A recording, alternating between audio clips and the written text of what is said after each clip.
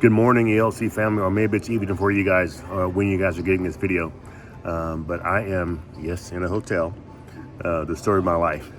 But this is day 3 of our fast, our fall fast. Tomorrow we walk into our Sunday morning service, and we are going to be praying for our kids back to school, praying for our administrators, praying for our teachers, praying for our counselors, praying for anybody involved in the school system, college, whatever the case may be.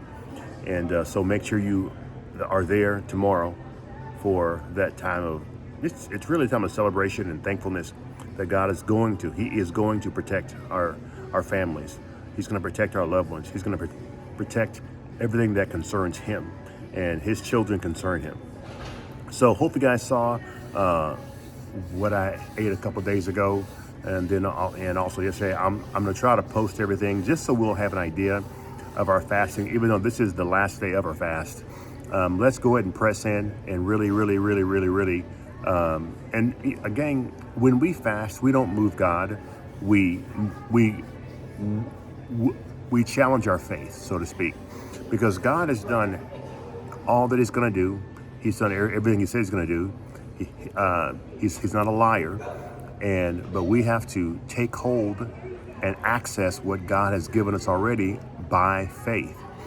And no matter what you're believing God for, no matter what you are praying for, you already have it in faith. You have to access it through faith by believing that God is who He says He is, and that He has for us what He says He has for us, whether it's a need or a desire.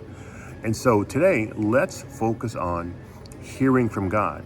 And so the Lord told me that if we want to hear from God, we've got to be near to God. If I want to hear the whispers of my wife, I've got to be near her.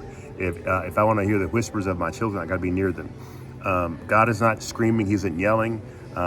He's a respectful God. He's a God of order. And so as I was praying, He said, Jerry, my people want to hear me, but they're not near me.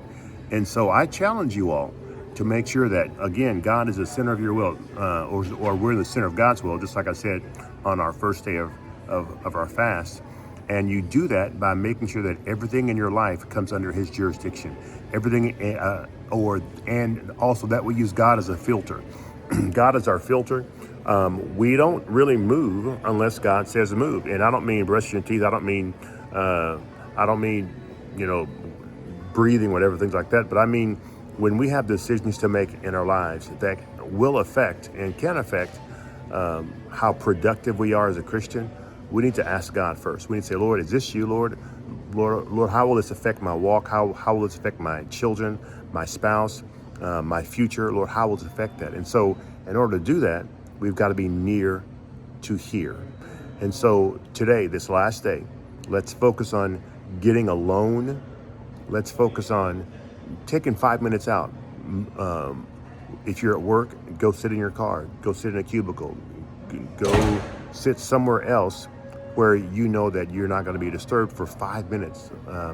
Whether you're at home, go in your closet, go outside, go in your kitchen, go in your bathroom, go in your closet, and just spend 5 minutes saying, Lord, I want to hear You.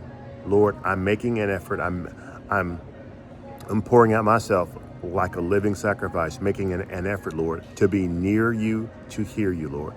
And I challenge you, church. I challenge you, church family, that if you do this on a regular basis, if you make this a daily walk in your life, you will hear from God like never before. Now, when you hear, make sure that you obey. Make sure that you don't. Now, I tell people it's okay to ask God a question, but don't ever question God.